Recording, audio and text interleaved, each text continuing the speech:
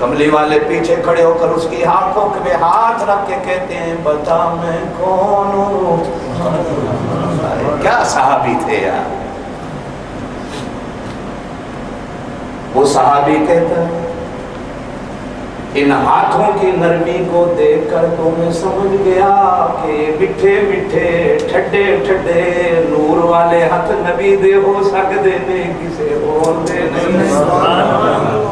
لیکن دل نہ کرے کہ دساں تو کون ہے. دل کرے گھنٹے گزر جان, سارا دن گزر جائے, ساری رات گزر جائے, اے ہاتھ ایتھے ہی ہون تے اللہ کرے میری آنکھیاں بند ہو جان.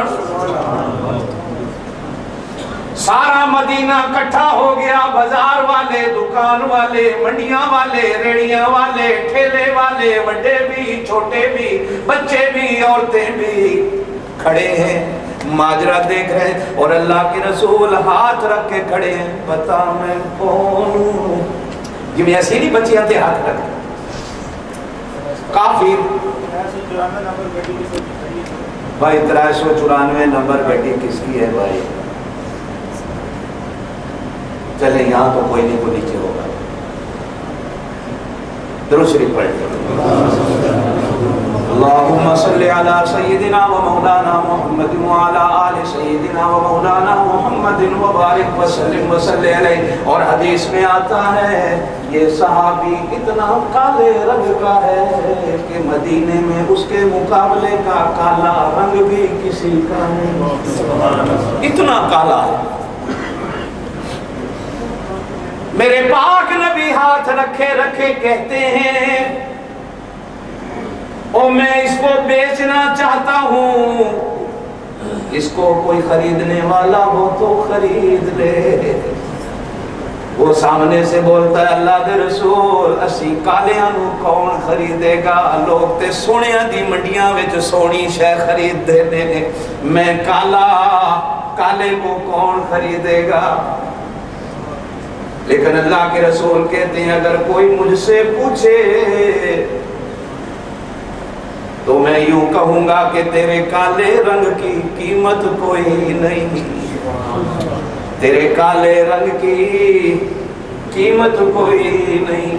ایک صحابی حضرت سعد بن معاذ, زور سے کہہ دو رضی اللہ تعالی عنہ.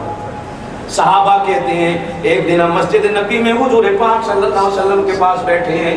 اچانک حضور پاک صلی اللہ علیہ وسلم اپنے کپڑوں کو سمیٹتے ہیں, جوتی بھی نہیں پہنتے, بھاگتے ہیں. ہم بھی پیچھے بھاگنے لگے.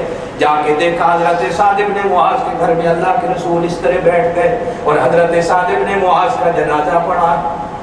جنازے کے بعد ہم نے کملی والے سے پوچھا کملی والا ماجرا کیا ہے؟ فرمایا میں نے جوتی اس لیے نہیں پہنی, میں ڈر رہا تھا کہ کہیں اس کا جنازہ فرشتے آسمانوں پہ نہ لے جائے, میں جلدی جا کر اپنے صحابی کا جنازہ پڑھا دوں. اور جب میں اس کے گھر پہنچا فرشتے اتنے تھے, اتنے بیٹھے ہوئے تھے کہ گھر میں بیٹھنے کی جگہ کوئی نہیں تھی. ایک فرشتے نے اپنے نور والے پر ادھر ادھر کیے, مجھے بیٹھنے کی جگہ مل گئی. زور سے بولو سبحان اللہ, زور سے بولو سبحان اللہ. انا انزلناہ فی لیلۃ القدر.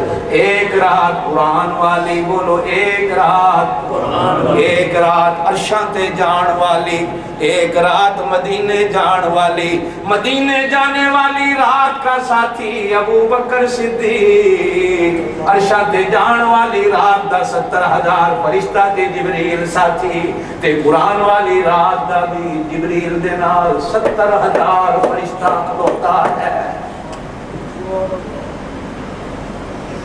علماء نے لکھا ہے کہ ان راتوں میں سے کس کو شان دیں؟ مدینے والی رات بڑی, عرشاں تے جان والی رات بڑی, یا قرآن والی رات بڑی؟ حضرت مجدد الفسانی رحمۃ اللہ علیہ لکھتے ہیں معراج کی رات ہو یا مدینے جانے والی رات ہو, یہ قرآن والی رات کے ایک لحظے کا مقابلہ نہیں. اس لیے کہ اس رات میں اللہ نے جو ہمیں انعام دی, صرف قرآن نہیں دیا, مطلب ہم سمجھے کہ صرف قرآن ملا. ایک بات تمہیں سمجھا دے گا, قرآن کی رات آنے سے پہلے قرآن کی رات آنے سے پہلے حضرت محمد الرسول اللہ صلی اللہ علیہ وسلم جب مکے کے بازار میں چلتے تھے تو لوگ کہتے تھے یہ وہ محمد ہے جو عبداللہ کا بیٹا ہے، یہ وہ محمد ہے جو، زور سے کہو صلی اللہ، یہ وہ محمد ہے جو عبداللہ کا بیٹا ہے۔ قرآن والی رات سے قرآن لے کر جب آمنہ کے لال واپس آئے تو اب مکے کی ہر گلی میں لوگ کہتے تھے یہ محمد ابن عبداللہ نہیں، یہ محمد الرسول اللہ۔ نسبتیں بدل گئیں، جو ایک رات پہلے عبداللہ کا بیٹا محمد تھا، زور سے کہو صلی اللہ علیہ وسلم، قرآن آنے سے وہ محمد زور سے بولو محمد الرسول اللہ۔ اللہ پاک نے صرف قرآن نہیں دیا اس رات میں، اللہ نے اس رات میں ہمیں محمد الرسول اللہ بھی دیا، زور سے کہو صلی اللہ۔ اور اگلی بات، صرف محمد الرسول اللہ بھی نہیں دیا، صرف قرآن بھی نہیں دیا۔ جب ہم معنی پہ غور کرتے ہیں اِنَّا أَنزَلْنَاهُ فِي لَيْلَةِ الْقَدْرِ، اللہ کہتے ہیں قرآن کے ساتھ ساتھ محمد الرسول اللہ کے ساتھ ساتھ میں نے تمہیں عزت دی۔ قدر کا معنی کیا ہے؟ بولو عزت، شان، مرتبہ، فضیلت، بلندی۔ اِنَّا أَنزَلْنَاهُ فِي لَيْلَةِ الْقَدْرِ، جس پہاڑ پہ قرآن آیا اس پہاڑ کا نام جبل نور بن گیا۔ بولو کیا بن گیا؟ پہاڑ تھا، پہاڑ پہ قرآن آیا تو نام بدل گیا نور والا پہاڑ۔ اور جس مکے میں آیا پہلے مکہ تھا، قرآن آیا تو شہر نور والا بن گیا۔ جس محمد الرسول اللہ پہ اترا اس رات سے پہلے محمد ابن عبداللہ تھا، قرآن آیا تو وہ محمد بھی نور والا بن گیا۔ اس رمضان میں یہ رات آئی تو اس کے صدقے اللہ نے رمضان کو بھی نور دے دیا۔ اگر آپ قرآن کو سینے سے لگا لو، قرآن کو پڑھ لو، اس کو مان لو، یقین کر لو، عمل کر لو، تو اللہ کی قسم کھا کے کہتا ہوں تم بھی نور بن جاؤ۔ پہاڑ نور بن سکتا ہے قرآن کے اترنے سے، تو میں کیوں نہیں بن سکتے؟ وہ معزز تھے زمانے میں مسلمان ہو کر، وہ معزز تھے زمانے میں مسلمان ہو کر، ہم خار ہوئے تارک قرآن ہو کر۔ اگر قرآن میری زندگی میں ہوتا میں ذلیل نہ ہوتا، قرآن میرے گھر ہوتا گھر میں جھگڑے نہ ہوتے، قرآن میری اولاد میں ہوتا اولاد نافرمان نہ ہوتی، قرآن میرے بازار میں ہوتا چینی ملتی کدے اودی کمی نہ ہوندی، قرآن میرے بازار میں ہوتا آٹے کی کمیاں نہ ہوتی، قرآن میرے ملک میں ہوتا چور صدر نہ ہوتے،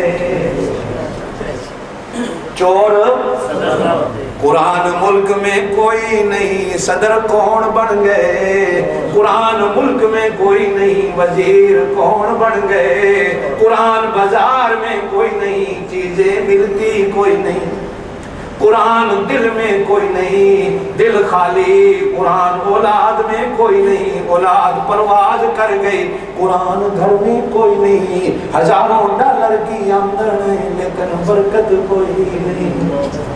وہ معزز تھے زمانے میں مسلمان ہو کر، ہم خار ہوئے۔